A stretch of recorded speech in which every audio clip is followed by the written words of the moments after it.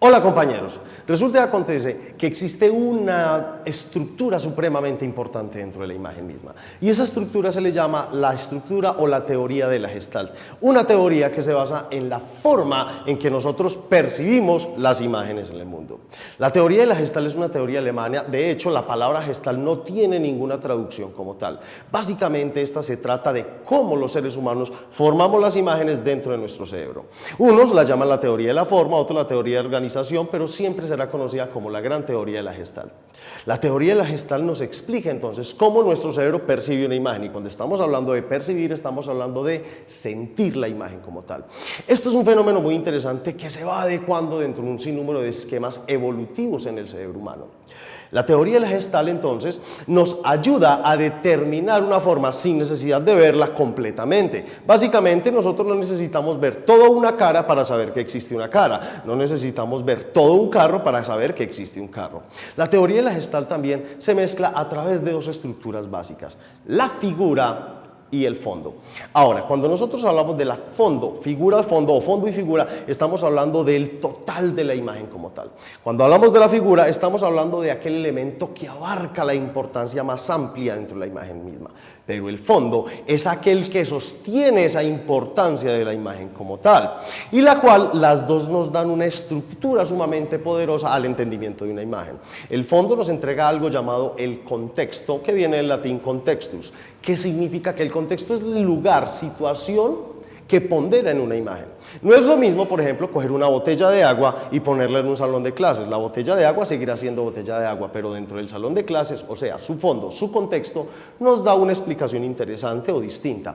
Pero si cojo esa misma botella de agua y la pongo en una playa, ¿qué pasó? El contexto cambió automáticamente. Lo mismo nos pasa en la fotografía. Digamos, necesitamos un modelo de prendas interiores, por ejemplo, en este caso femeninas, pero resulta nada más que tenemos una sola modelo. Y tenemos una modelo que tiene que modelar, obviamente, prendas sensuales. Obviamente tendríamos que utilizar un contexto donde el maquillaje sea más fuerte, las luces un poquito más oscuras, dando un poquito de sensualidad y fuerza. Pero cogemos la misma modelo, cambiamos su maquillaje a algo más purista, más limpio y le ponemos una ropa, digamos, más suave, más bonita, más de la casa. ¿Qué hicimos? Cambiamos el contexto, cambiamos el fondo, cambiamos la figura.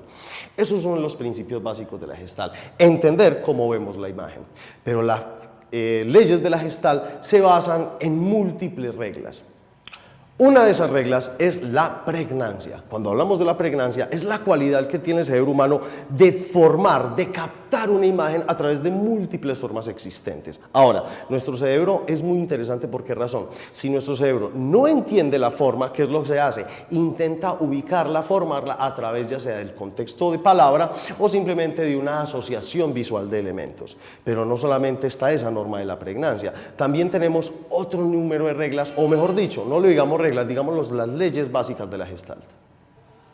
En la primera encontramos una de las más poderosas, la ley de cierre. La ley de cierre nos dice que si creamos líneas punteadas o simplemente elementos que falten, nuestro cerebro, ¿qué hace? Termina de llenar ese entorno. Digamos, tenemos un cuadro pero solamente tenemos las esquinas. Nuestro cerebro no va a ver solamente esquinas, va a ver un cuadro. ¿Qué acabo de hacer? Formó automáticamente toda la imagen, aunque el resto no esté. Tenemos también la ley de los contrastes. Nuestro cerebro es capaz de captar elementos, ya sea con características definitorias tales como color, forma, estructura o tamaño. En pocas palabras, nosotros organizamos el mundo dependiendo de esas características. Por ejemplo, tenemos una línea enorme de digamos, sillas de color rojo, pero resulta que acontece que tenemos otra línea enorme de líneas de color o de sillas de color verde, por ejemplo. El cerebro humano entonces dice que existen dos tipos de sillas, aunque son simplemente las mismas. Esta es lo que nosotros llamamos la ley de los contrastes. Solamente con un cambio cromático automáticamente contrastamos y definimos, o nuestro cerebro define, que hay dos tipos de elementos dentro de nuestro entorno. Tenemos también una muy interesante llamada la ley de la proximidad. En pocas palabras, si vemos elementos juntos, como vemos los dedos acá, decimos que son de la misma persona o del mismo entorno. Pero si estos empiezan a tener una separación, automáticamente los vemos separados y por ende coincidimos que son manos o formas diferentes. La ley de la proximidad básicamente nos dice que los elementos que están agrupados dentro de un entorno, dentro de una característica, se convierten de un mismo grupo. Y es una ley que utilizamos mucho para la organización de nuestro mundo mundo como tal. En pocas palabras, nosotros vemos elementos que se reorganizan a través de la proximidad dentro de sí mismos. Otra ley sumamente interesante es la ley de destino común o movimiento común. ¿Qué quiere decir esta norma? Tenemos o hacemos una línea, no necesariamente con puntos perfectos, o incluso cercanos, la podemos simplemente hacer con puntos separados. Ahora, ¿qué va a hacer nuestro cerebro? Va a seguir esa línea directamente y la va a considerar como una línea sólida prácticamente. Ahí nuevamente se utiliza la ley de cierre, que cierra los puntos, pero seguimos creyendo que esa línea va en un destino común o un punto común. A eso lo consideramos la ley de destino común o movimiento común. También tenemos la ley de la simetría. Nos dice lo siguiente: si vemos dos elementos perfectamente simétricos, los consideramos uno solo, sin importar incluso su separación. Nuevamente, ahí también se nos puede añadir la ley de cierre, donde vemos los dos elementos simétricos sin importar su separación y nuestro cerebro se encarga de unificarlos, de unirlos. Como pudimos observar entonces, las leyes de la Gestalt forman la estructura de cómo vemos el mundo, y no solo de cómo vemos el mundo, sino también de cómo sentimos las imágenes. Estas leyes nos ayudan a entender la forma en que los seres humanos percibimos el mundo, vemos las imágenes y estructuramos nuestras ideas.